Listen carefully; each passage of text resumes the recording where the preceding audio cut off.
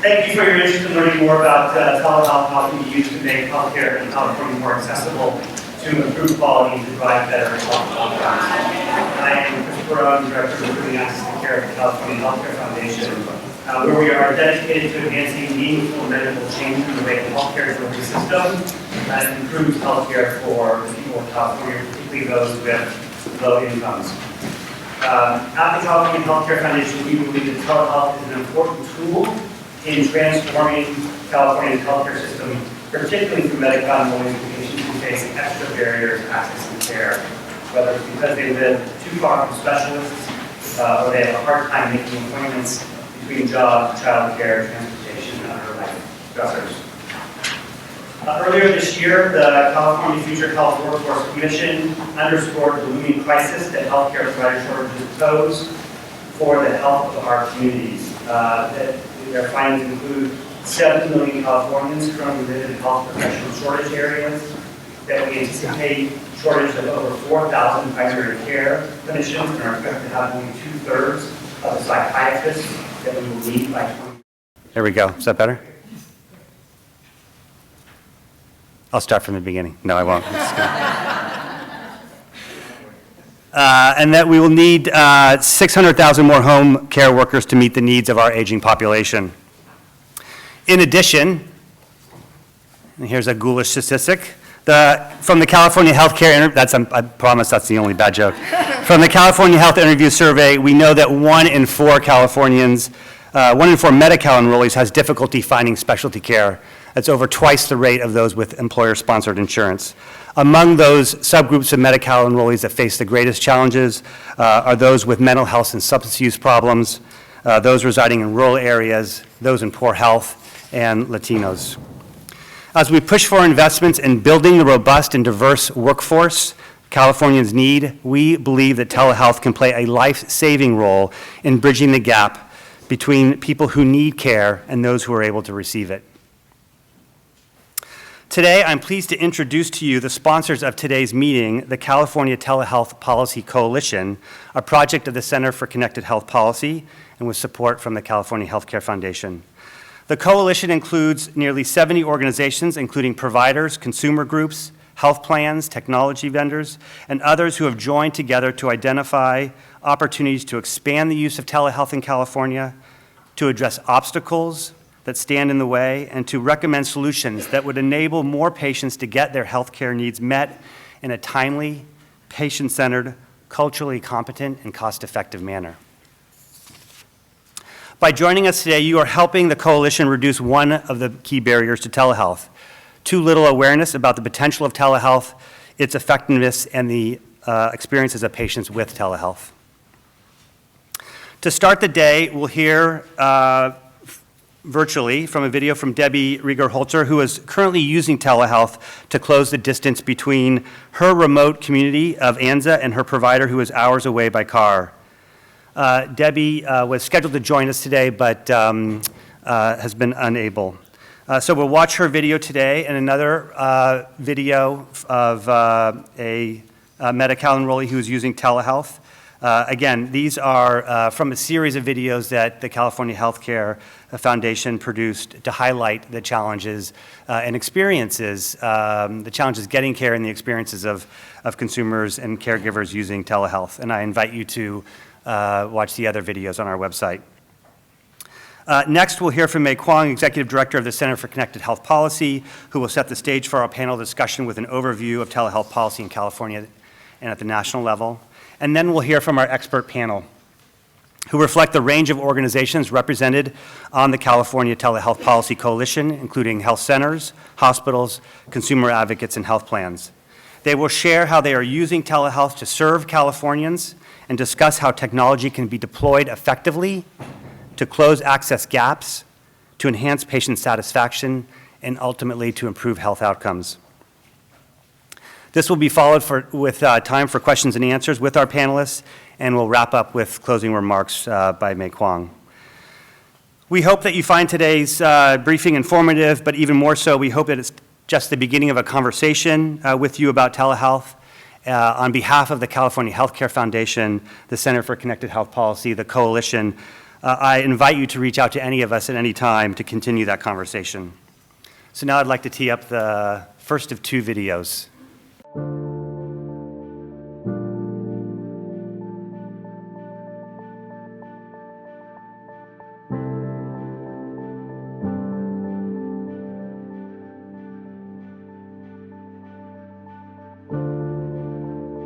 I live in Anza, California. I've lived here for 5 years. It's a small, rural area. A lot of people come here just to have the quiet life. I had some tragedy in my life. I lost 2 children. I was attacked and almost died. I began having panic attacks. I have PTSD, some depression and anxiety. I start seeing a therapist regularly. Sometimes I'd travel an hour and a half to 2 hours each way. A lot of the time I was stressed about getting there. If I had a ride coming, would it be on time? And the traffic, the expense of it. By the time I got to my therapist, I couldn't really concentrate on what I needed to be there for. It got to me so badly that I changed my primary physician to Anza. They suggested that I see Dr. Soto and him see through telecommunications. I thought, oh, I can't see a therapist on a camera. It was kind of weird to me. Hi, Debbie. How are you doing today? Hi, Dr. Session by session, I opened up. I have had a lot of therapy, a lot of different therapists. This was different. She just really told me techniques that when I go into a panic attack, what to do, breathing exercises, to write in my journal, go to something that I really enjoy. Telehealth has improved the care provided to the patient in this area. We have services that were never offered before to the patient. Because of telehealth, Debbie was able to receive the care that she needed, psychiatric care. She didn't have to drive so far away, which made her more aggressive in her own treatment and compliant in her own care. Telehealth is better because I'm relaxed. It takes me about 5 minutes to get there, which is just great. The nurses have everything ready. I don't have to touch a computer. I don't have to know any technology. I just sit down in my chair and talk to my therapist. My mental health has changed dramatically. Through telehealth, Debbie was able to get off from 11 medication that was not helping her get better to only 2 medication. I can enjoy life without being so depressed. I have a cactus garden. The cactus, for me, symbolizes my life. With the weather here, they thrive when it's hot, and then when it's cold and brutal out there, part of them dies and comes back. Some of them are kind of ugly and wilting, but then there's a beautiful piece that comes out of it.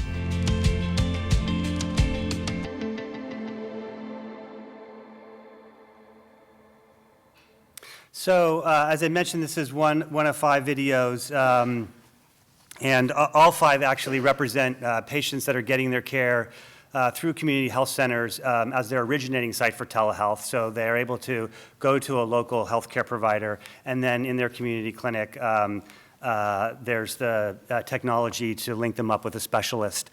And both videos today, both Debbie and the next one that we're going to hear with Jill, highlight the tremendous role that telehealth plays in bridging the gap with care for mental health conditions. As we look at the sort of the data on use of telehealth, certainly that stands out as a particularly important use case. But if you look at some of the other videos, it shows many of the other use cases. There's a dental services, for example, and then a caregiver of child with special health needs that I think it's hard to watch and not feel quite moved by the role that telehealth plays in their lives. So this next video, I think we're teeing up with Yep, with Jill. And this, Jill is actually a patient of, at the clinic where Dr. Keon serves, Chappaday Indian Health Services. So during the panel discussion, Dr. Keon's going to reflect a little bit on his experiences with telehealth and on Jill's experiences as well.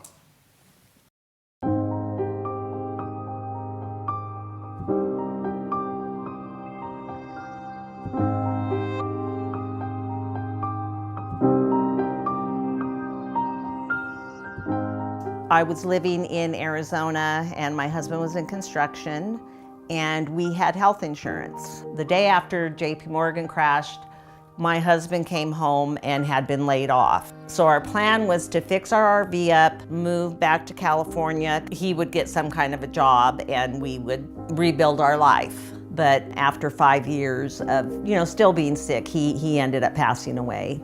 All of a sudden, I found myself widowed with no money and on Medi-Cal. We did the American dream. It didn't work. I felt like I had been kicked out of the middle class and nobody cared.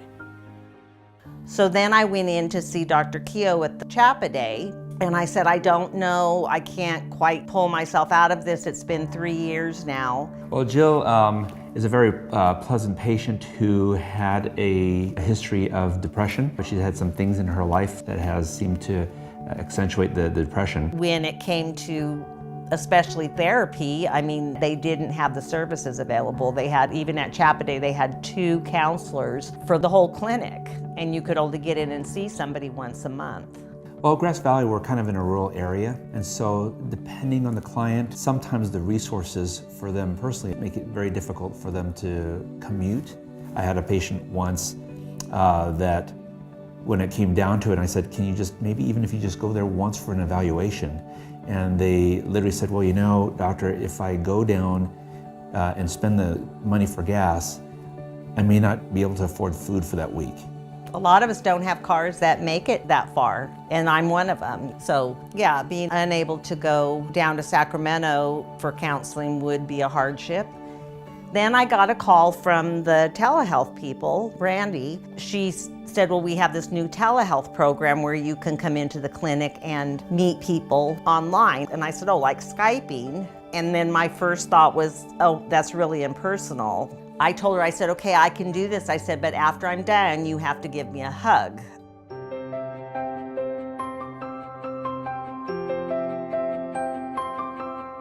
I started seeing Jill.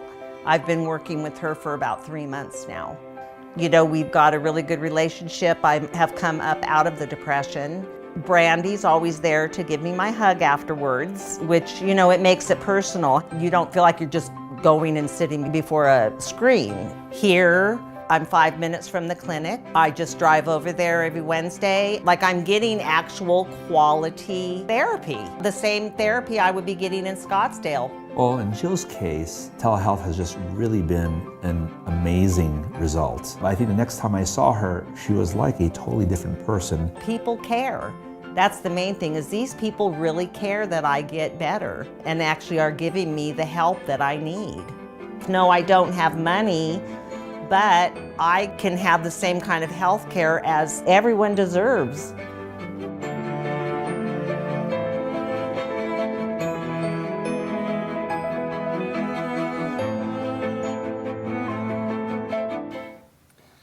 Great, well that is about, right? That's what it's about, getting making sure that everybody gets the care that they need and deserve. So I'm going to hand things off now to May Kwong, who's got, as I said, a brief presentation and going to moderate our panel. May? Thank you, Chris, and thank you everyone for joining us here today. As he said, I have a very brief presentation here. So first off, I just wanted to go over some of the terminology that we may be using today. This may be a little bit newer to some folks. I just wanted to make sure if we start throwing out different phrases, different terms, that everybody understood what we were talking about. So telehealth is really just a modality of delivering care, and there are 4 ways of doing it, 3 main ways and 1 that incorporates the other 3 types of means. So the first one that most are familiar with and that you actually saw in the example of our videos is live video, which is fairly self-explanatory, where there's a real-time real-time interaction. Then the other one is remote patient monitoring, which is a continuous monitoring of a patient from a distance when the provider's in a different location, and it may not be taking place in real time. So for example, if you are a patient with a chronic condition, perhaps you're sending in readings to your provider. The provider's not looking at that information as they're coming in. They're looking at it perhaps at a later time, but it could also be in a real-time situation, such as in an ICU unit. The other type of more common modality is one that's not taking place in real time called store and forward, and underneath that is sort of a subcategory that people refer to as e-consult. So a store and forward is a captured information that's being sent to a provider. Again, they're not looking at the results as they're coming in, but then sending back information or do a diagnosis later. An e-consult version of that is actually a provider-to-provider consultation. So those are some of the common terminologies that we use when we're talking about telehealth. So just wanted to get that out there so in case anybody was not familiar with them, they have that baseline there. Sometimes you will also hear about mHealth. That is use of some sort of mobile type of device in order to deliver a service using one of the other types of modalities. It could take place as live video. For example, you're using your phone and you're connecting in real time to a provider, or you're sending information, again, some information that's coming into a provider that's not in real time.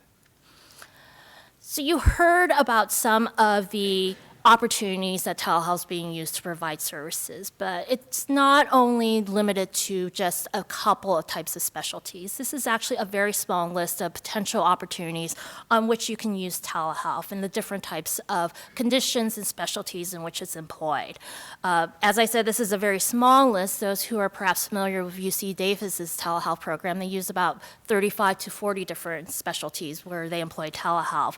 So there's a wide range of conditions, situations in which telehealth actually have applications and are being used now by different healthcare providers.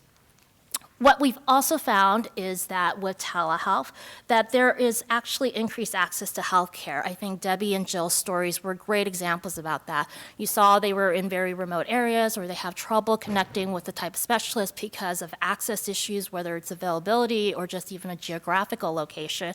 And they found telehealth as a way that it met that need that they had and met it in a timely manner. Also, we can see improved health outcomes with the use of telehealth, not only in using live video, but in some of the other modalities. There have been studies where there have been proven benefits where telehealth has actually improved health outcomes. Several years ago, there were a lot of studies around remote patient monitoring and how the use of remote patient monitoring reduced hospitalizations, because when a patient is released from the hospital, their condition was being monitored at home. So an intervention could take place before the condition worsened and they maybe had to make a trip to the emergency room. Other opportunities around telehealth is that it could be proven to be cost effective. That remote patient monitoring example that I gave, reducing hospitalizations, reducing a need for an emergency room visit, which can be very costly, by preventing that need for catching a condition before it deteriorates to something more serious, not only health-wise, but probably a more expensive type of treatment. There's also high patient satisfaction with it. Again, referring back to Jill and Debbie, you can tell that they were very satisfied with the treatment that they received. It took Debbie, she did like a little bit of time to get comfortable with it, but when she was receiving the care, she was very satisfied with it. There's also high provider satisfaction with telehealth as well. It is something that we have found that providers have actually thought has improved their practices. It is something that they have become accustomed to. Not all providers, but there have been like a good number of providers who have had that good experience with it, and we're actually going to hear from a couple of them today and their own experiences with telehealth. Chris mentioned the California Telehealth Policy Coalition. Just a little bit of background on this. This actually started out as a small group of organizations who were talking about telehealth policy back in 2011. And we're meeting informally. It was about maybe 5 different groups. It was the California Hospital Association, CPCA, CMA, CCHP, and we were just very interested in what telehealth could do in California. And it's now grown about 8 years later, into this very diverse and large group of organizations statewide who have this intense interest in telehealth and what it could do for the state's population. And as Chris said, they are a wide variety of organizations. We have consumer groups, as Julie represents from AARP. We have provider groups. We have technology folks. We have health plans as well, all different types of members, all with one interest, and that is how can telehealth be used to help Californians receive care. However, in using telehealth, you do encounter barriers, and these are the most commonly cited barriers as far as policy is concerned and other sort of programmatic barriers that people encounter. These are the most common ones that are referred to, and a lot of the policy you'll see is developing around these areas, and like how do you integrate telehealth into the health system, how do you address these barriers that providers encounter, patients encounter when they try to integrate telehealth into their system. However, they're being addressed now, both on the state level and on the federal level. The federal level, they've had a little bit of a spottier history with telehealth policy advancements, but in the last couple of years, they've really come on in like really being interested in like what they need to do, at least on the federal level, with statutory and regulatory changes, and also in funding for perhaps pilots to increase the use of telehealth, increase its utilization. Medicare, it's very important, like the policies that they have on telehealth, but they actually have one of the most restrictive telehealth policies out there. A lot of that is because it is in federal law, so it would require a statutory change. That's been a little bit difficult in getting some of those changes made, but in 2018, there were a couple of changes made that expanded the use of telehealth, the Medicare program. They have also, CMS, the Center for Medicare and Medicaid Services, they have done administrative changes in there to the extent they could regarding telehealth and expanding their policies. So legislative changes, I mentioned that there really wasn't a lot of movement until about last year where a little bit of expansion was done, but there is intense interest in Congress in increasing telehealth policy and changing that. Some of those barriers that I mentioned that Medicare has within their policies, congressional members have been interested in changing that. Recently, just as yesterday, a federal bill was dropped, sort of nicknamed the Connect Act because that was previous versions what it was called. It is sponsored in the Senate side by Brian Schatz from Hawaii, Senator Brian Schatz, and Mike Thompson, who is one of our congressional members from California, sponsoring the House version of it. Medicare Advantage. I think Julie might talk a little bit more about that. So there are changes that were made in the Medicare Advantage and how they deal with health, a little bit more flexibility given them as well. And then in sort of other areas where we see that there are barriers, also changes have been made. The DEA, for one thing, when you're talking about controlled substances and how they're prescribed and the uses of telehealth in doing that, that is federal law. So the DEA is supposed to be addressing some of that, and it's creation of a registry that would help increase the ability of telehealth providers to prescribe controlled substances. That's in reaction to some of the public health events that have happened recently, most specifically the opioid crisis, and how do you deal with that, because you need controlled substances to provide some of that treatment to deal with that particular condition. So a lot of things are happening on the federal level that will also have impact here in California as well. However, states have not been idle in what they're doing. So this is a snapshot on with the green lettering, that's sort of an overview of what's going on nationally in the states as far as what their Medicaid programs do with telehealth. And then on the orange side is what you see with California. And on the orange side, this has actually shifted in the last couple of months, because in the last couple of months, particularly here in the state of California, there have actually been quite a few changes in California policy related to telehealth. So how do we stack up to the other states? A live video, every state reimburses for some sort of live video. It ranges in like what they reimburse, from like a very narrow scope of like just certain services to like a wider scope of like what you have in California. California, basically, the Medi-Cal program has said where live video and store and forward is concerned, a provider can provide services via either modality as long as the service that they are providing is appropriate for telehealth, use of the technology, and it's a service that we cover underneath Medi-Cal. That's actually a huge change in Medicaid policy. So no other state does that except for Vermont, which allows the live video modality for the provider to decide if they're going to deliver services.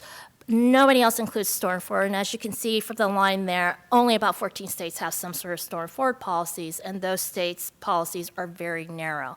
California has this broad, expansive policy where they have essentially said in their Medicaid program, we will leave it up to the provider to decide if it's appropriate. Now, this is in the fee-for-service program, so managed care is a little bit different, but this is very unique in the type of policy that California has, and it has really propelled California, at least where live video and storm forward is concerned, to the leader of the pack as far as Medicaid programs. Now, remote patient monitoring, different story there. So other states are reimbursing for some type of remote patient monitoring. Medi-Cal had said when they made their changes to their Medicaid program a few months ago, they said we're still evaluating the whole issue around remote patient monitoring. So still a little bit of work that needs to be done there as far as Medicaid's concerned when you compare it to some of the other states. Other changes that happened in California were actually legislative changes, and there were several bills related to telehealth that were passed and signed into law this year. One of the big ones involved private payers, and how do private payers address telehealth? So nationally, if you look at it, about 40 states in the District of Columbia have some sort of private payer laws where they tell health plans, hey, this is how you deal with telehealth.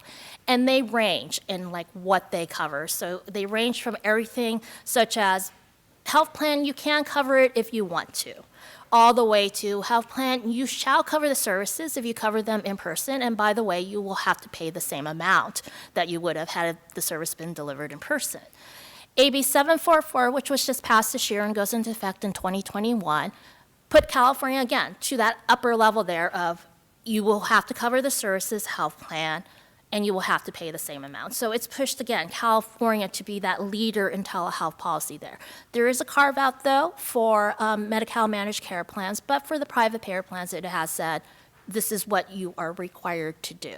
So that is something that, we have seen advancing California as, again, being one of those telehealth policy leaders, because a few years ago, it had sort of drifted into the middle of the pack where their Medicaid program and their laws were concerned. Other pieces of legislation were passed. I talked about AB 744, but then there's 1264 requirements for prior examinations before licensees can prescribe medication. 1494, which given our current situation with the fires have like really great implication now in that, community health clinics, when they provide services to a Medi-Cal enrollee, they really can use telehealth then to provide that service and get paid for that service. And then a couple of other bills that also changed California law, and again, making it a little bit more advanced than what we've seen with other states. So that was a quick overview because I really wanted to get to our panelists here. And first off, thank you to our panelists for being here today and sharing your wisdom and knowledge regarding these issues. I'm going to ask each panelist to introduce themselves, provide a little bit of background on their organization and their connection with telehealth. And actually, I want to start off with Dr. Keon because we had just seen that video with Jill, and just to get your reaction and maybe explain a little bit about the situation or encounter that you had with Jill. Good day. I'm Michael Keon, a family physician, staff provider at Chappaday Indian Health in Auburn and Grass Valley. We are located about midway between Sacramento and Lake Tahoe. We do serve the Native American Indian population. About 30% of our actual patients are of that population. The other 70% are community members in the local area and the rural area around those areas there. Chappaday is committed to its patients. I'm very, very happy to be here today and advocate for telehealth. We have been, for several years, been growing in telehealth, particularly to bridge the gap for access, particularly in the field of specialty access for our patients. As you saw in the video with Jill, Ms. Hill, she was limited. That's not an uncommon situation up where we're at, where finances, transportation are barriers to receiving specialty care. As far as our providers are concerned and our administration, we're always at the forefront of our minds looking for innovative ways to meet the needs that our patients have that are not offered to them in centers of higher populations, particularly in specialty care. Jill Hill is one of those people that we saw very, very quick turnaround. She accepted the idea of telehealth. A lot of times we'll see a little bit of apprehension, hesitancy, because patients a lot of times just assume that they're going to see a specialist in person. And when they hear about telehealth, they're just thinking it's going to be a very impersonal type of interaction. Usually, though, they'll have a second thought if we do put a referral to an actual brick and mortar type of specialty office, it turns out that they do have to actually go to Roseville, Sacramento, or I have a patient that has to see a specialist in Napa. And whenever they even think about that, they have second thoughts about maybe doing telehealth closer to home. Usually after about 1 or 2 visits, like in the case of Ms. Hill, they readily accept it. Usually there is at least the interaction is accepted. Suddenly the technology does not really become a factor anymore. It really is just like in a brick and mortar type of a specialty, whether there is a personal connection between the patient and the specialist. So it has really been a vital tool telehealth has for our providers in our clinics. Julie? Pushing buttons is always exciting to talk. My name's Julie Bates, and I'm a gerontologist and Associate State Director for AARP. And for those of you who don't know who AARP is the largest advocacy and educational organization for individuals 50 and over in the world. We look at telehealth and look to telehealth for a multitude of reasons. We know that access to care is a challenge even if you live in a highly populated area, particularly if you're old and you are frail or you are infirmed. And it's also difficult to access care if you're reliant on a family member to get you there, and if that family member has to take time off work to come and get their loved one, take their loved one to the doctor's appointment, sit in traffic there and back, and then, of course, dealing with their loved one, and particularly if there's memory issues or high medical need. So AARP is looking at telehealth through a multitude of lenses. We're looking at it, of course, from the perspective of the caregiver, and in your packet is a whole infographic that we just did on research in regards to caregivers and telehealth and what telehealth would mean to them in their lives. We're looking at it in regards to access to care, particularly in the rural areas of California and the country. We're looking at it in regards, of course, to Medicare and Medi-Cal. We're working federally and in the state in regards to this issue to improve access and utilization of telehealth across the state and the country. We're also looking at, of course, looking forward and what we have to do in order to ensure that once telehealth is enacted and utilized, that we do our part to reduce the possibilities of fraud. We're already starting to see an increase in the amount of fraud being perpetrated in regards to telehealth, and so we're really jumping on that right away to do our best to help mitigate fraud's potential in regards to the utilization of telehealth benefits. That's everything. Thank you. Dr. Maschin? I'm Anthony Madgen. I'm a pediatric otolaryngologist at Rady Children's Hospital in San Diego, and it's the primary pediatric facility for San Diego and Imperial County, as well as Southern Riverside. So approximately 30 to 40% of our patient population are Medi-Cal, and we also provide services to a large number of migrant population and underserved population. We've really used telehealth in various ways. It's really sort of a growing program at our place. One thing we found very exciting is we have a strong relationship with our community clinics, and where we find that telehealth, people want to sort of bring it up to the level of a face-to-face encounter. We've actually found it to be probably a synergistic experience with our community clinics. One community clinic we service has 20 languages that can be spoken by translators on site, and we actually don't have that capability even though we're a 450-bed children's hospital. So we really can combine sort of the cultural liaisons and the language translation at the community clinic with the specialty care that we provide.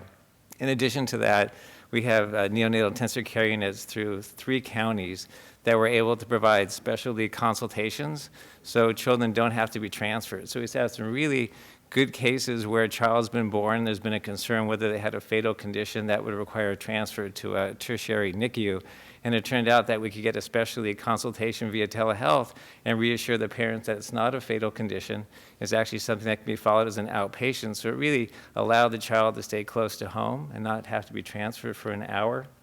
And in addition to my role at Rady Children's Hospital, I'm also part of the Children's Specialty Care Coalition, which is part of the overall telehealth group, and we're an organization that represents about 2/3 of the pediatric specialists in the state that are really committed to providing care to medically complex children.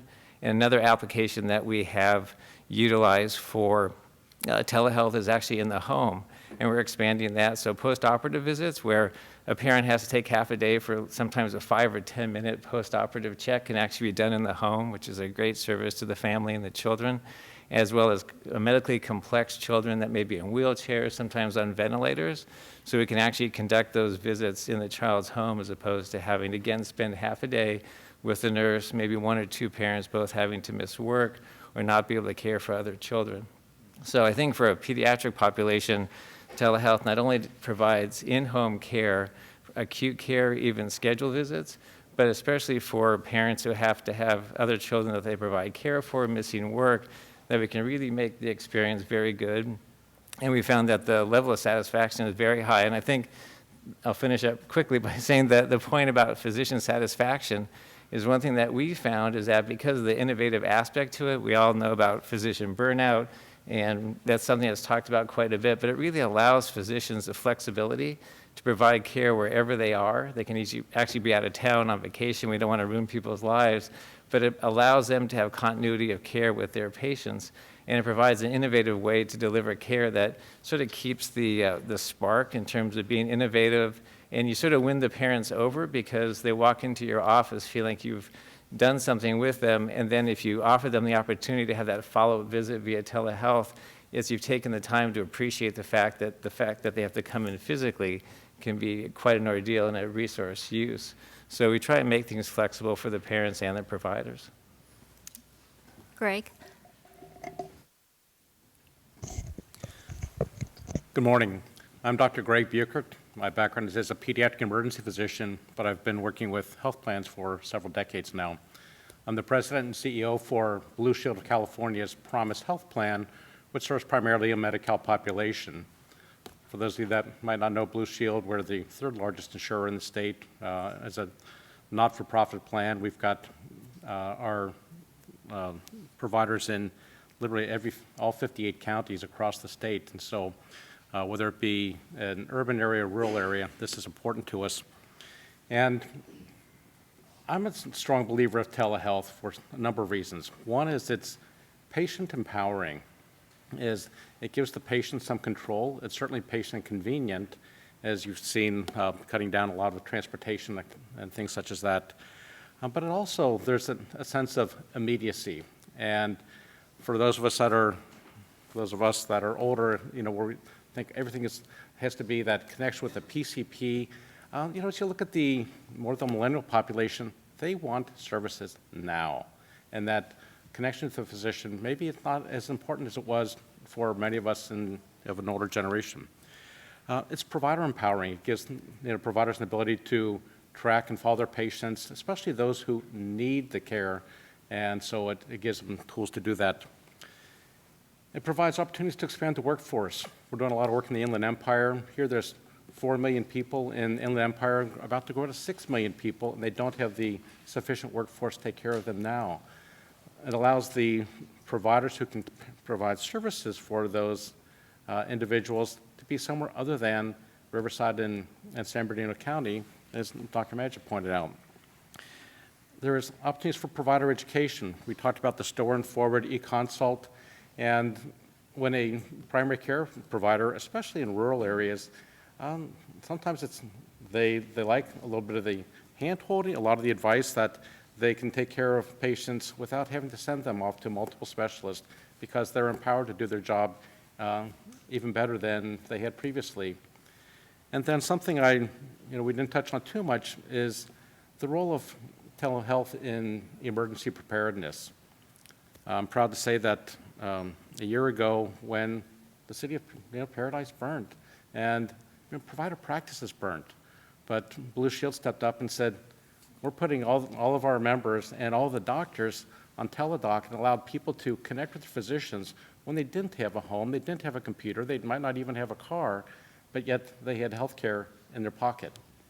And we happen to own and operate 2 clinics up in Antelope Valley, high desert area in Los Angeles County, which is pretty remote. And right now, to get the people to get to the specialist, they would have to come down the mountain, past the fires in Santa Clarita, down into Los Angeles County. Instead, we can bring the specialists to them in our clinics and avoid that hassle and that danger. And so I think there's a lot of benefits to telehealth.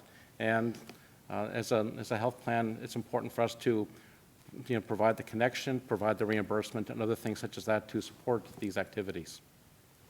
Okay. Thank you. So I'm going to open us up here with a question. I went over some of the recent changes in California over the last couple of months in their policy. And from a policy viewpoint, as I said, it looks like they're great. They expand the policies, the opportunities here in telehealth, but you guys actually have to implement it. You represent the people who actually are receiving the services or like providing the services yourselves. So what do you think will be the impact of these policy changes? Because again, you're where the rubber hits the ground here, and that's actually now you're going to have to use it. What have been the impact of these, or will be the impacts of these new policies, do you think? I think with some of the new policies, it'll actually promote the adoption and expansion of telehealth. It's some of the contract changes. It eliminates a lot of the confusion about what the state would pay for and won't pay for. It imposes some requirements on the health plans to provide support in a broader range of activities. And I think even with some of the upcoming changes to the whole Medi-Cal system, payment system, that'll become an even broader adoption of some of the telehealth activities. I can't stress enough the impact this is going to have on increased access to care and making it possible for the individual who needs services to have access to those services. We live in California, and even if you live in a place that's a big city, we'll say Stockton, California, there's 3 neurosurgeons in Stockton, California, and they are all at the county hospital. So if you need to have a neurosurgeon, you have to go to UCSF or some other location that, though mileage-wise may not be very far, is a several-hour endeavor during the course of a regular day. And through the changes in how we're paying for utilization of telehealth and expanding the opportunities for providers to engage with telehealth, it makes that visit, you can stay at your house in Stockton or in Sacramento or wherever it is that you live, and you can access that neurosurgeon from your living room and make sure that your neurosurgeon or your neuro-oncologist is being reimbursed fully for their time and their expertise, and you get to stay home. When you've recovered from brain surgery, you've been diagnosed with having a brain cancer, not having to get in the car and drive is a huge thing. It's a huge thing for the patient. It's a huge thing for the person who is their caregiver, whether it's a partner or a child or whoever it may be, to be able to spend maybe the hour it takes, just staying at home because the doctor's a little late, and still get to see that visit, versus leaving your house 3+ hours ahead to make sure that you get there and parked in time, sitting in the waiting room while that doctor is seeing everyone else and possibly being behind or having an emergency, and then turning around at rush hour traffic to get back home with the throngs of humanity. That's what these changes in legislation and policy mean to people. It gives them the opportunity to access the services that they need: psychiatric care, child specialty care, neurological care, and primary care, faster, easier, and equitably. I think what we're seeing already is that on the provider side is going to take a lot of education and thought. As I said, the plan points out the fact that in California, it's going to be the provider's decision, along with the patient, to determine if telemedicine is the right way to conduct an interaction. So we have a lot of enthusiasm now because people think that a lot of the care that previously wouldn't be reimbursed now will be. So from an administrator's standpoint, that's going to allow them to have their physicians provide their care. But we have to be very careful in the various specialties to make sure that we're seeing the right type of patient via telemedicine with the right type of diagnosis.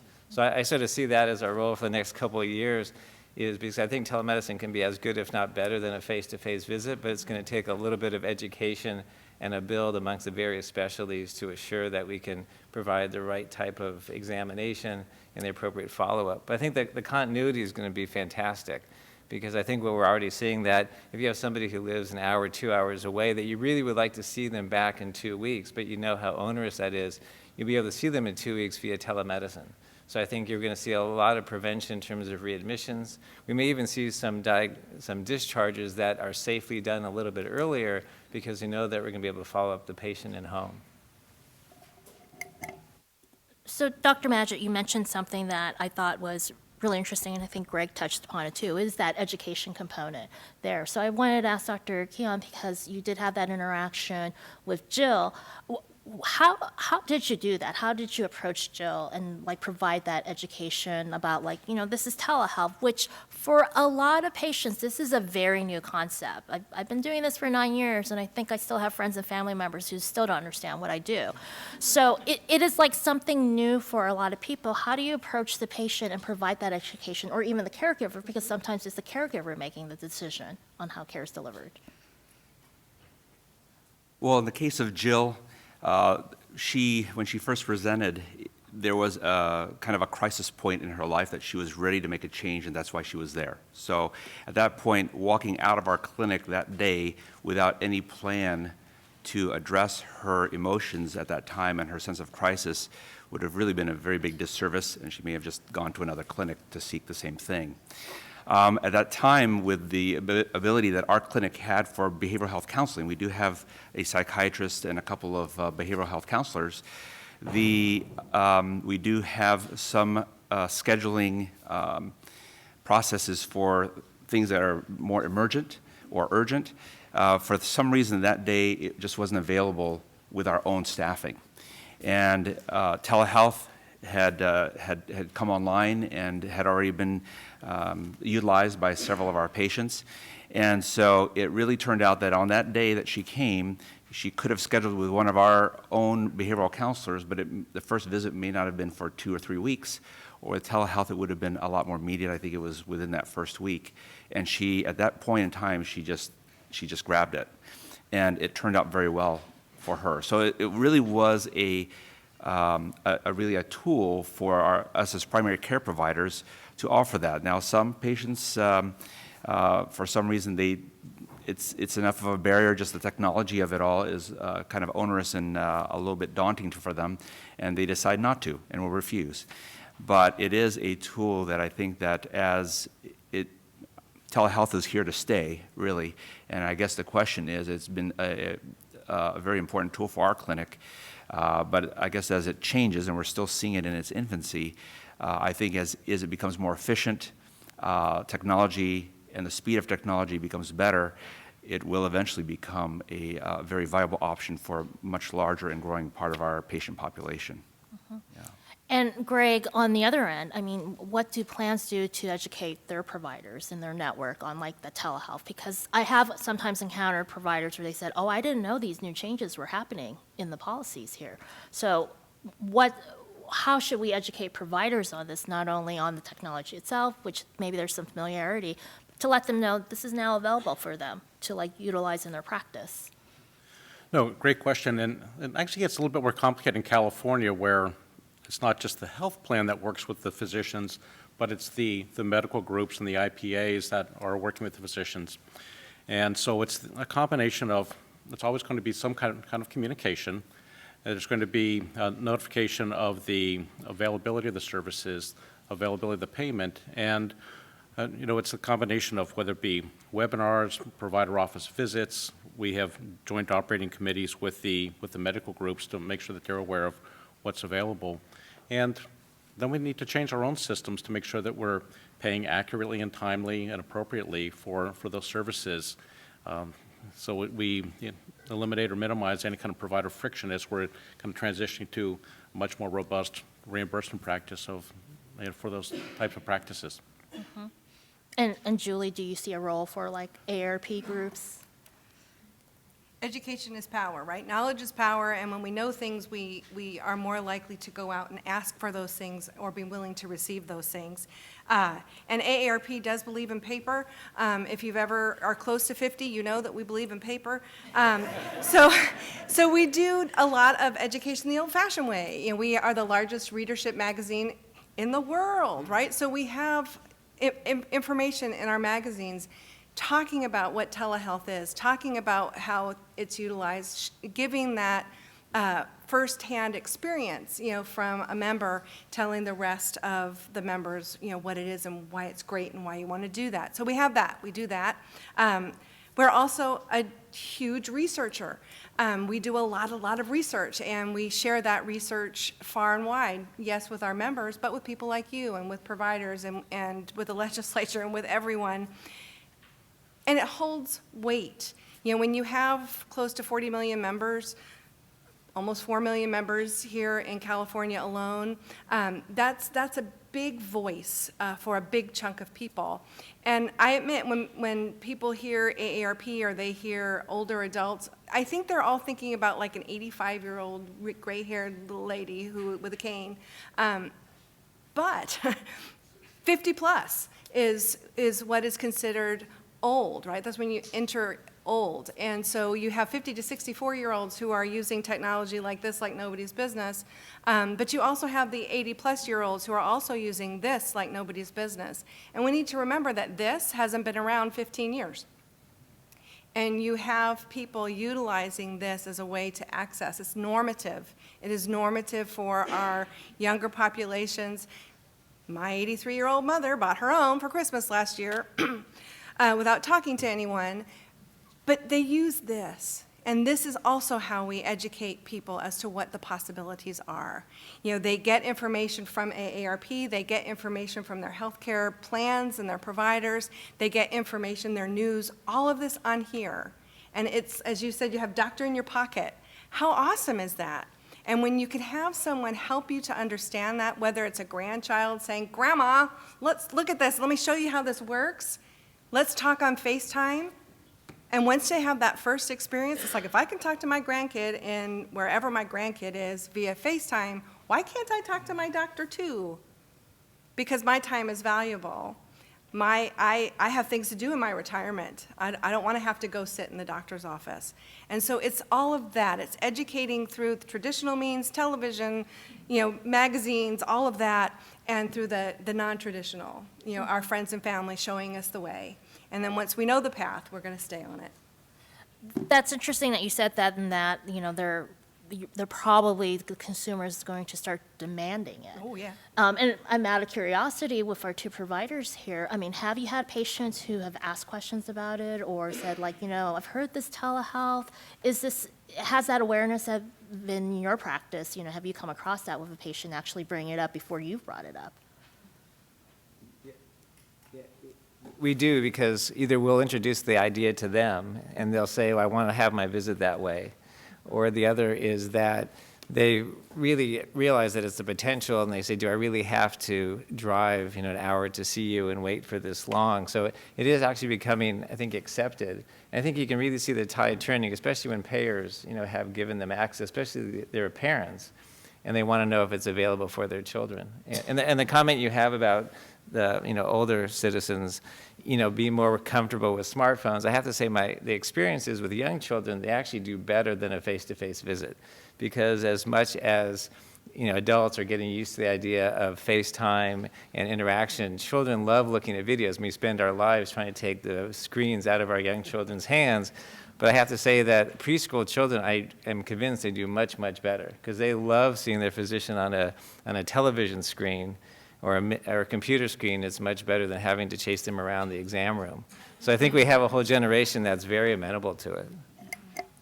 I think our experience in the primary care setting has been not so much as patients requesting for this, but when they, we kind of approach it as a team where we give them the information, and then as we look to see what is our next step, if it includes specialty access, then inevitably telehealth does come up. And usually it's more of a, some patients are very accepting and readily weigh the option for that, and some are a little bit hesitant, but either way, I think for providers, one of the things that we can do, primary care providers, is to pretty much like emotionally hold their hand through it. Because once they do that, if they know that if it doesn't work out, that they can always come back to the primary care provider and look for another path. It may not be as convenient, it may not be as quick, but I think that even when we refer to a brick and mortar specialty referral, it's not always golden. You know, sometimes we'll refer them to someone, could be I'm just kind of, it's a hypothetical situation, but a Nobel Peace Prize winner in orthopedics. And there'll be some percentage of patients that will come back and say, you know, I didn't really connect. What do we do next? And so sometimes if telehealth can be the next, or it can be the first, it's just more access options for the patient, and we can help them through that. So I didn't mention this at the beginning, but CCHP is the federally designated National Telehealth Policy Resource Center. So we actually don't just cover California, we cover the entire nation. So I actually work with a lot of federal lawmakers and different state lawmakers as well with their Medicaid programs and what's going on in their regions. And on both the federal and the state level, I do hear often concerns about, well, we've passed this telehealth policy, but utilization rates remain low. So what do you think needs to change, or what can policymakers do to like encourage like higher utilization? We've obviously talked a little bit about education, both for providers and consumers as well, but what else can there be to like increase that utilization or that awareness?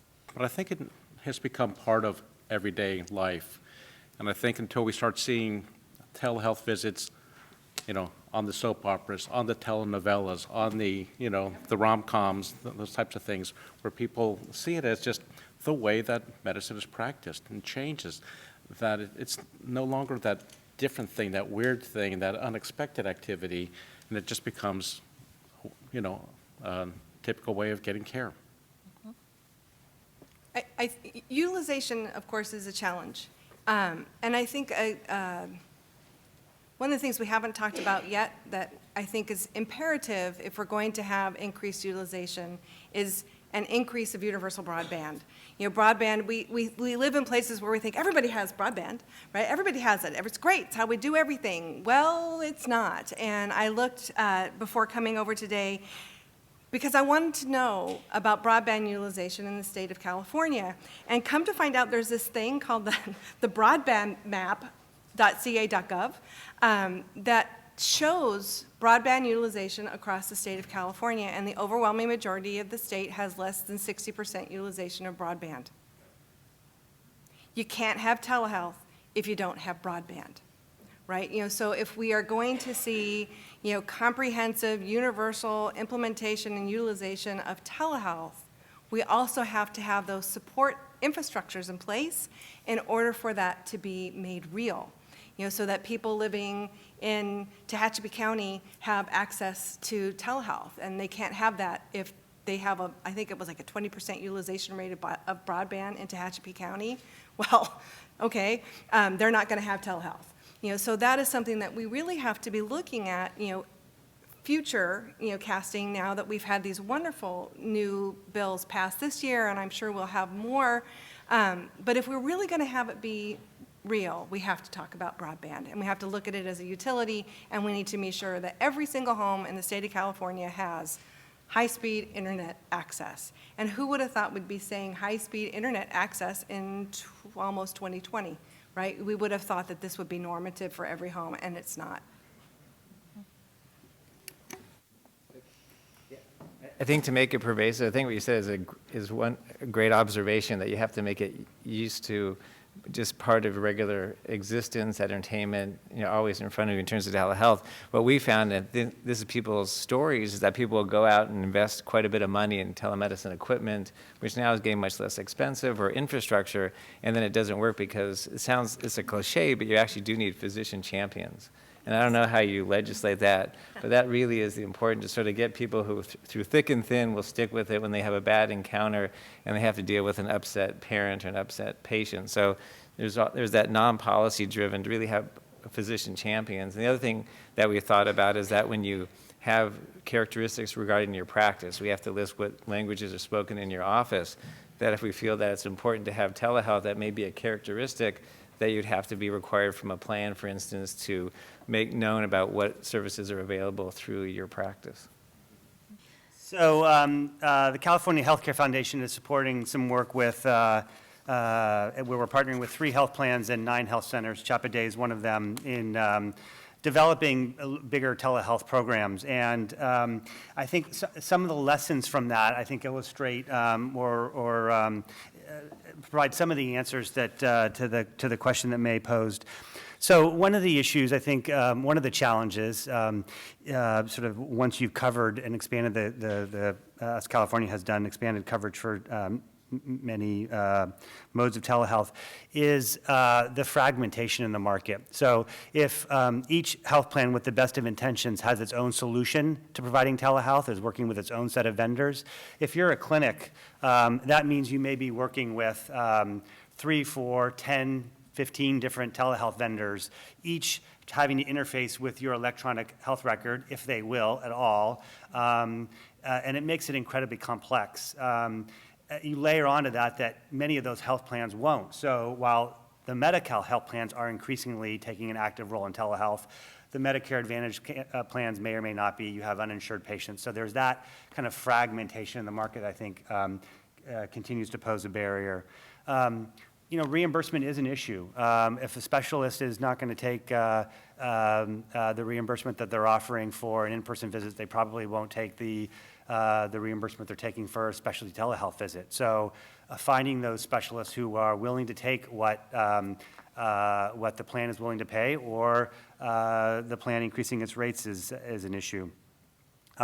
No-shows, particularly for low-income populations, for a variety of reasons that we described, the transportation, the other life stressors that get in the way, like with the best of intentions, I made an appointment, but now my child care provider is sick, or what have you, I can't make my visit. Those are hard on any practice, but oftentimes what you find with in-person visits is they've got other people that they can see in person. If you're a telehealth vendor, you've lined up that slot for a telehealth visit, and if that person doesn't show, then you're not getting paid. And the question about who pays for that, is it the vendor that's at risk for that no-show? Is it the health plan that's at risk for that no-show? Is it the healthcare provider that's at risk for that no-show? Nobody wants to be responsible, but until you sort of work out some of those issues. So, I think I'm reminded of the fact that in Kaiser, they say that over half of their visits are virtual. And they cast a very broad umbrella on what that means. That's mail, that's telephone, that's video. It's a lot of different things. But I think that's the standard that we should be looking at when we think, where are we on telehealth? And when the state looks to, when a state looks at network adequacy, when it looks to utilization for its members in health plans, rather than asking, do you have telehealth, it's what's the volume and how does that compare to what we see in commercial settings? Because I think if we start setting the bar higher and start expecting, that's, I think, where it's probably less the policy and more the oversight and management of managed care plans, and certainly policymakers can play an important role there in ensuring that we're holding state program officials accountable for doing their job. So Chris hit upon an interesting point. A lot of times it is the implementation, and it goes back also to the utilization question I just asked. It's like a policymaker, you've passed the policy, but what do you need to do to implement it to get the results that you were hoping that the policy would get? So I wanted to turn to our doctors here, and it's like, what are some of the tools that would be useful to you to have in order to utilize telehealth more effectively? Would you want more training, maybe from, not putting the department on the spot here, from DHCS? Would you like, more sort of tools, like reference tools for you, like, okay, so this is what we can do with telehealth. Do you have like some things that you feel like if you had a wish list, like, I wish I could have had this, it would help me so much with my patients and using telehealth?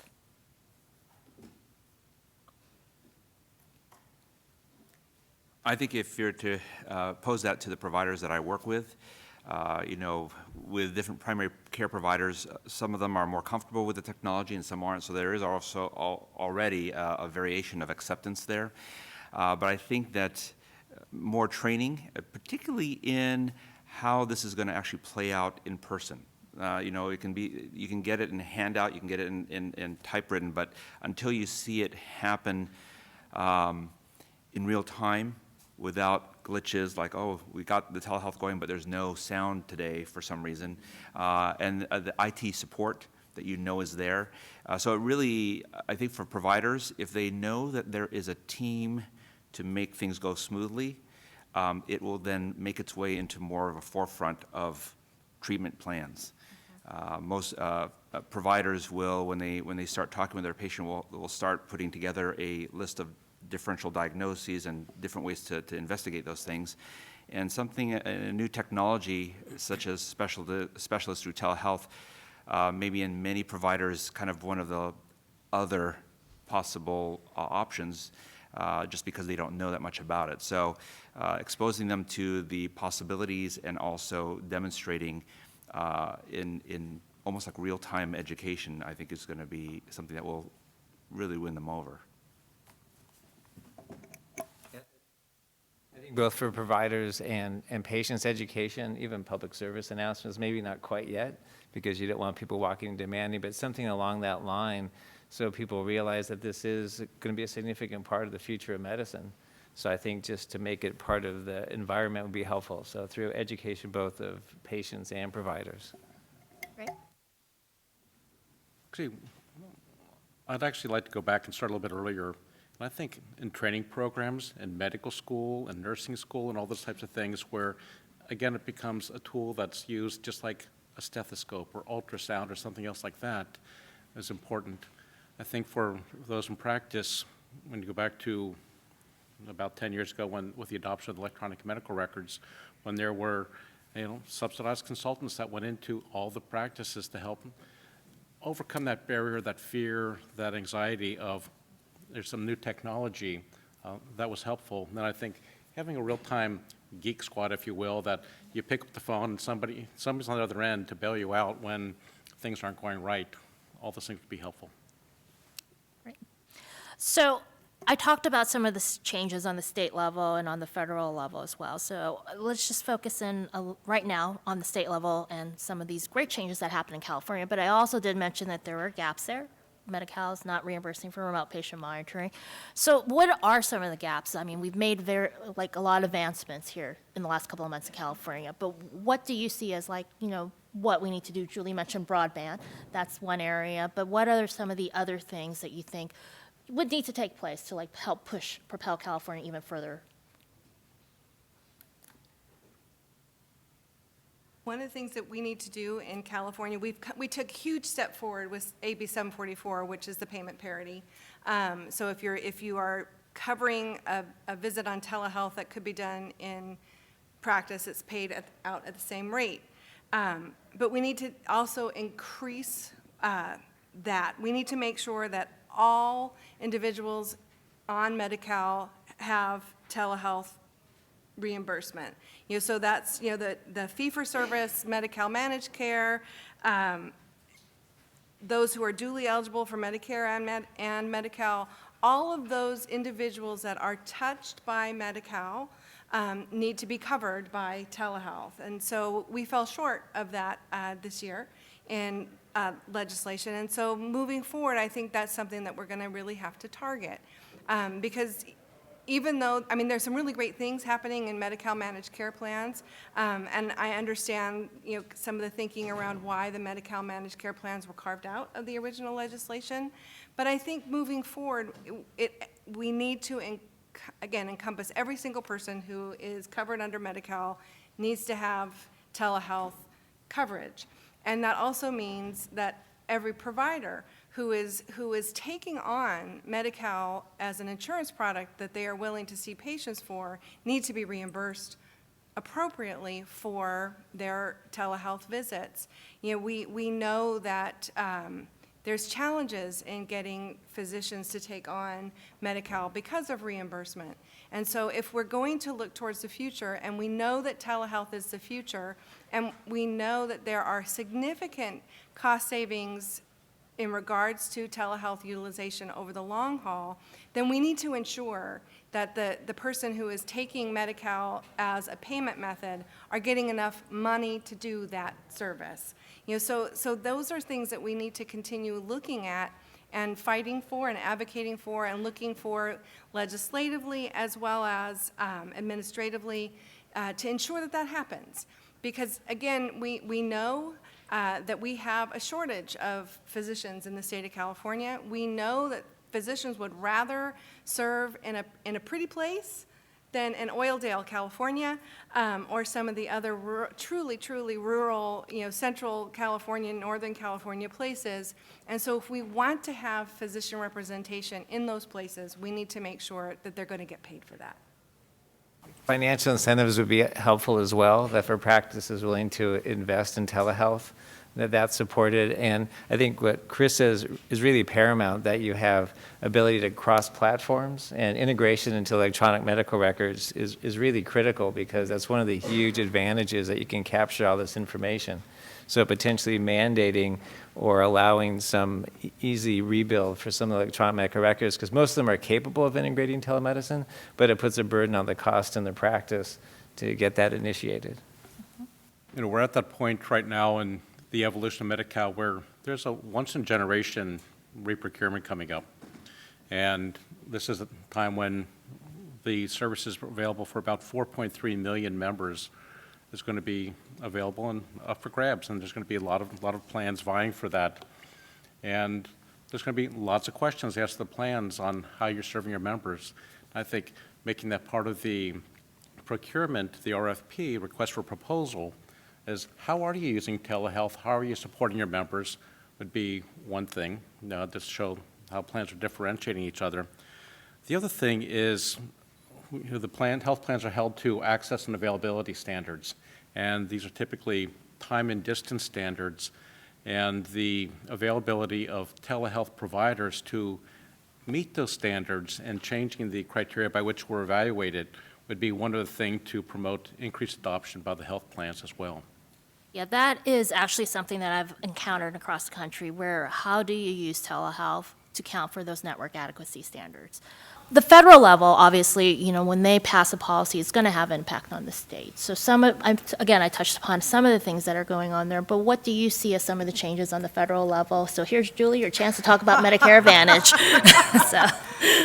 Well, I realized when we were talking that all of my colleagues to the right are dealing with children, I think, predominantly, or primary care, not necessarily with the older population, so they may not have any experience with Medicare as a payment option. And for those of you who are unaware, Medicare is the insurance plan, the 80-20 insurance plan for those who are 65 and over, 67 and over, depending on where you are right now.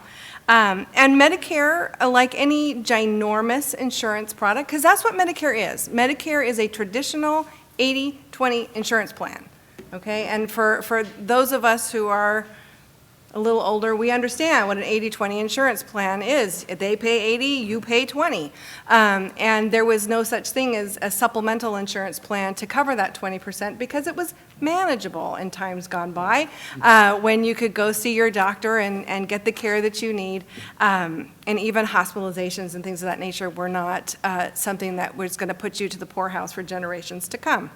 So Medicare has been slower to adopt telehealth, though we are pushing them along the way. Of course, AARP, as I mentioned, is an advocacy organization for the 50 and over. We were founded on the bedrock principle of providing a group insurance product to the retirees. Before there was AARP, there was no such thing as group insurance for retirees. So these are things that we've always been looking at and continue to look at. And so I'm really happy to hear that, I believe it was this year, it could have been last year, that CMS, the Centers for Medicare and Medicaid Services, have finalized policies to increase plan choices and benefits around telehealth utilization for Medicare Advantage, which is the managed care portion of Medicare. And that's huge. That is a huge step that they are providing reimbursements for telehealth under Medicare Advantage plans. And it's also increasing access to the latest technology and greater access to telehealth. And so what that means, to your point, is that if a practice decides to take on telehealth, there is an ability via Medicare to receive some reimbursement for the stuff that you have to buy in a practice in order to make telehealth utilization a reality within a practice. And so that's a huge step forward. And again, these are things that AARP is fighting for all the time, is increasing those things that Medicare is covering, increasing the ways that people are accessing their medical providers, because of course the aging is a thing. We're doing it every day. And the older you get, there's a higher probability that you're going to have complex health needs. And as you were mentioning, having to go after a hospitalization, a surgery, whatever it might be, 2 weeks later, 2 days later, to make that trek to the doctor's office can be taxing on an individual. And so knowing that Medicare is going to cover a telehealth visit increases everyone's satisfaction. It makes it easier for the individual and for the people caring for them, and it is a win-win. So we're really excited to see the changes that are occurring within Medicare, and we are continuing to push those expansion of benefits even farther.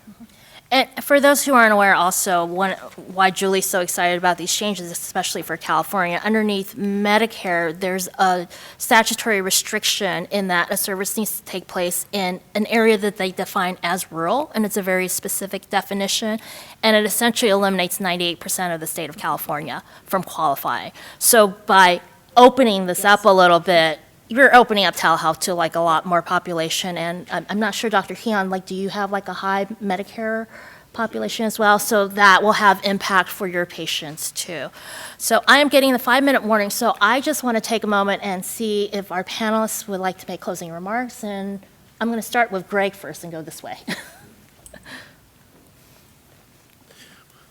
One is I'd like to thank California Healthcare Foundation and May, your organization, and actually all of you who are here to have the interest in telehealth, because there's obviously a lot of benefits to it, a lot of challenges. And please keep the advocacy up, keep the promotion up, keep the request up for increased use of telehealth.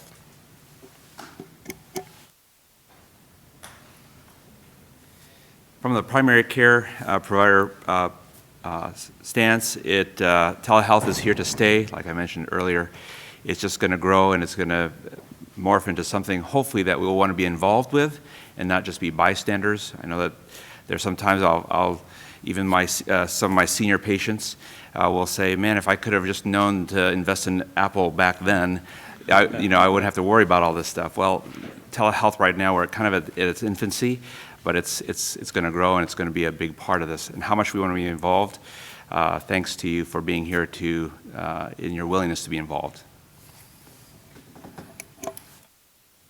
So I just want to thank you for your leadership, and I think that it really is an exciting time, and we have the ability to sort of create what's going to be a significant part of medicine in a way that's really going to be accessible to patients. And the analogy I have is teleradiology. I mean, 20 years ago, people never would have thought they could look at an X-ray on a video screen.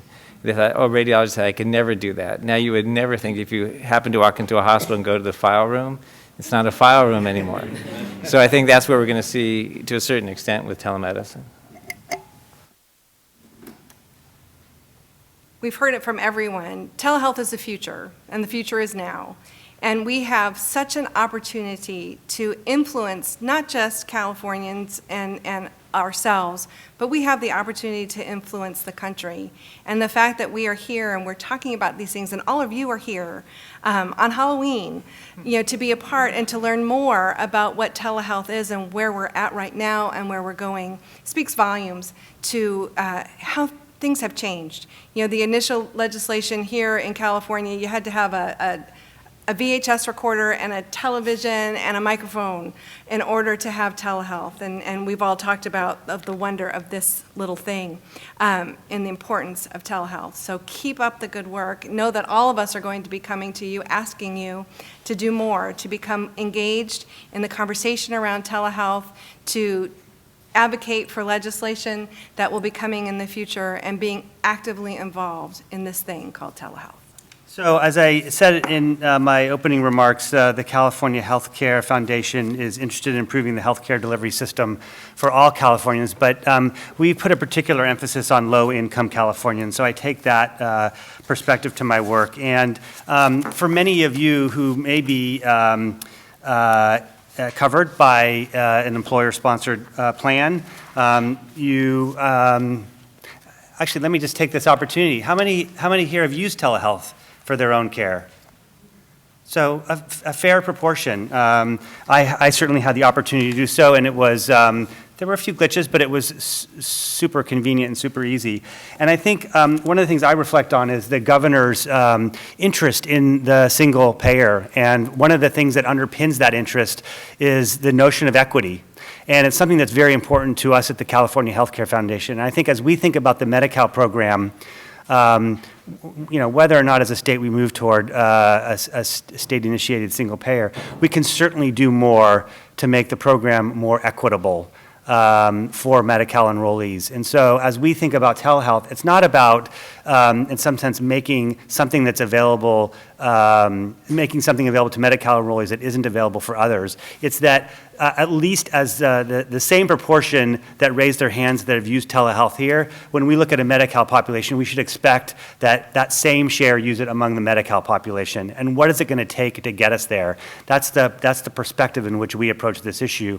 And if you look at plans like, I happen to be covered by Blue Shield's commercial plan, and their Teledoc app is very easy to use.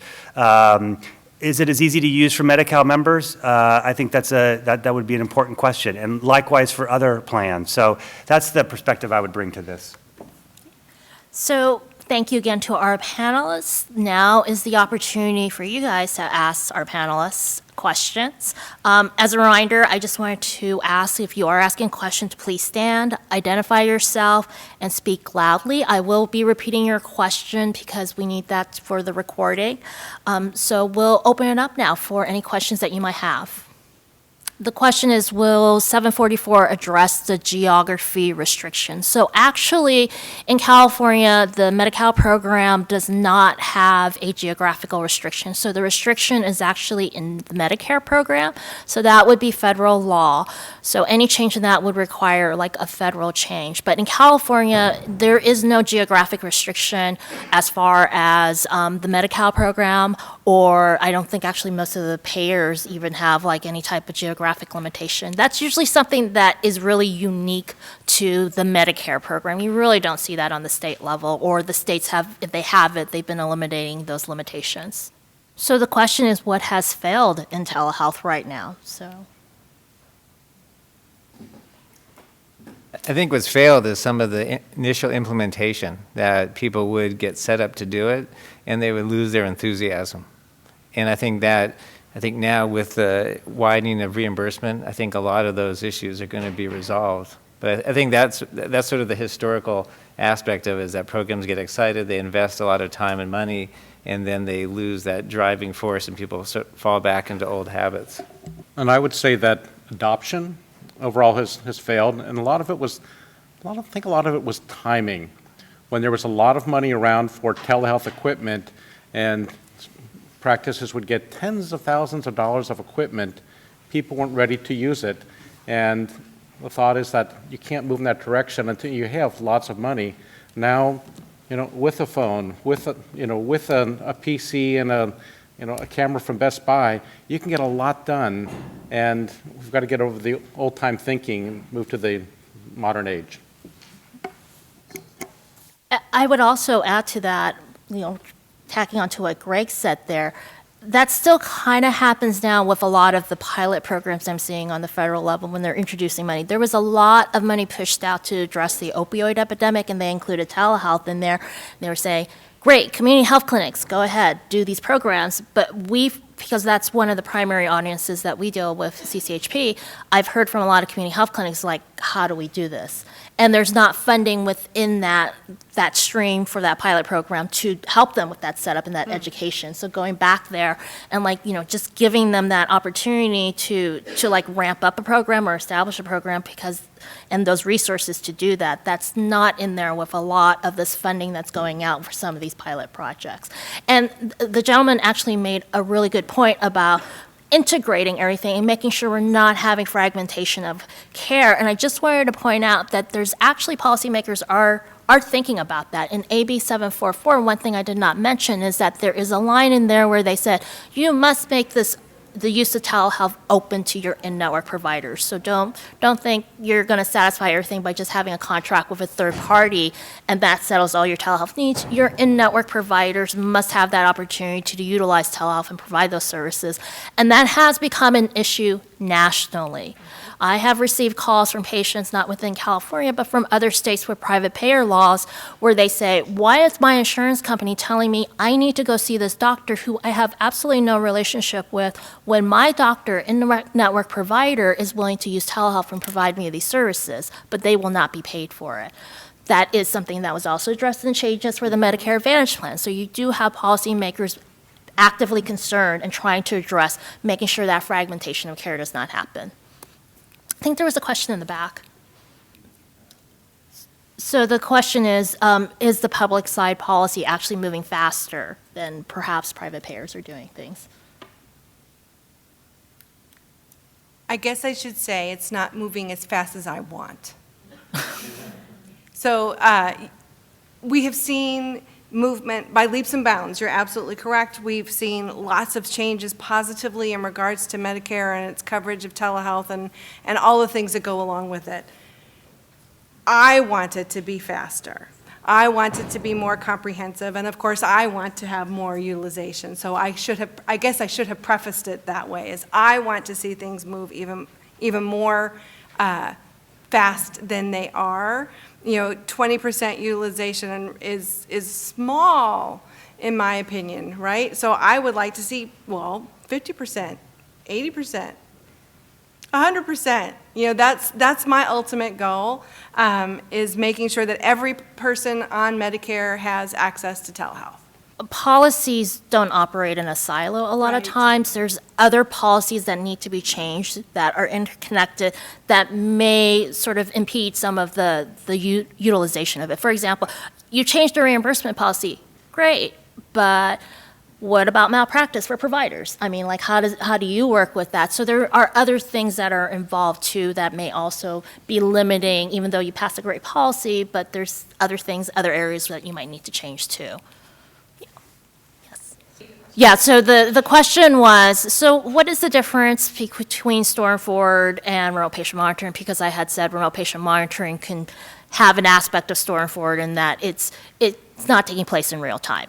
So there is a thought with remote patient monitoring, it's a continuous monitoring. So it's not store and forward, it's a bit more of a one-off where you send in that photo and you do a diagnosis and you send it, and you're not monitoring for a particular period of time where there is sort of more frequent monitoring, like either daily or if ICU unit, probably hourly, maybe minute to minute possibly. So store and forward could be, it's more of a one-off type of situation, although for wound care, there does have that aspect of it, it is continuous monitoring, so you are monitoring the progress of it.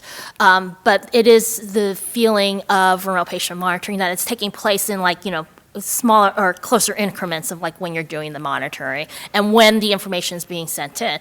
You might be able to make the argument that it is remote monitoring if you're requiring the patient to send you something daily to track the progression daily. That may have like a look of remote monitoring. Stormford, probably you would get paid for that since they're not reimbursing for remote monitoring. So it does sometimes start blurring a little bit too in those lines. But that's sort of like the rule of thumb of like, well, Stormford's a little bit considered more one-off. There's a bigger gap in time between the interactions, whereas remote monitoring is like, it's closer in like when you receive the information. So the question was in AB 744, when exactly does it start? Because I think the situation you're thinking of is if a plan maybe went into effect like May 2020 and it goes to May 2021, would that plan be impacted? I don't think it does. I think if I'm remembering it correctly, and Robbie's shaking his head there, that it doesn't. So that it's any new contract that starts January 1st. That's starting January 1st is your starting time. Yeah, 2021, yeah. So it's that date. That's your special date there. And part of that, I think, is also there may not have been enough time for like plans to make the adjustment to their plans. So they needed that additional 1 year sort of lead time for it to begin.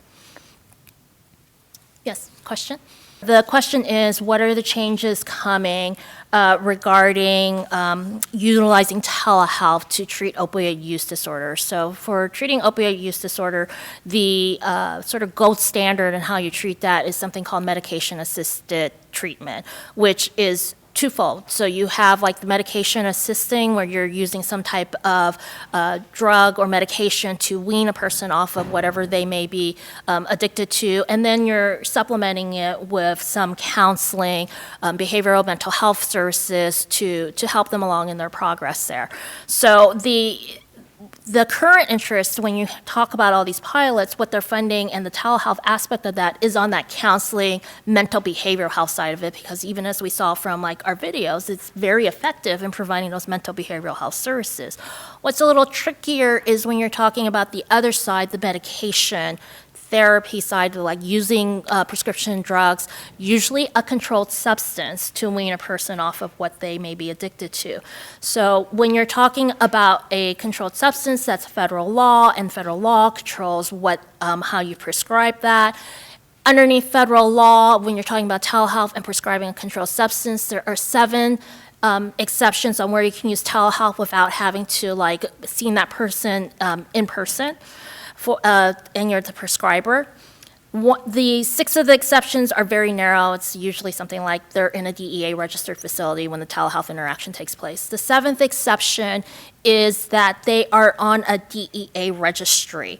And basically it means this provider has been vetted, they're a good actor, we're fine as long as they're on a registry, so they're not having to fall into one of those narrow exceptions. The only problem is DEA never created that registry when this law was like put in place. Last year, Congress said, DEA, you have until the end of 2019 to create this registry.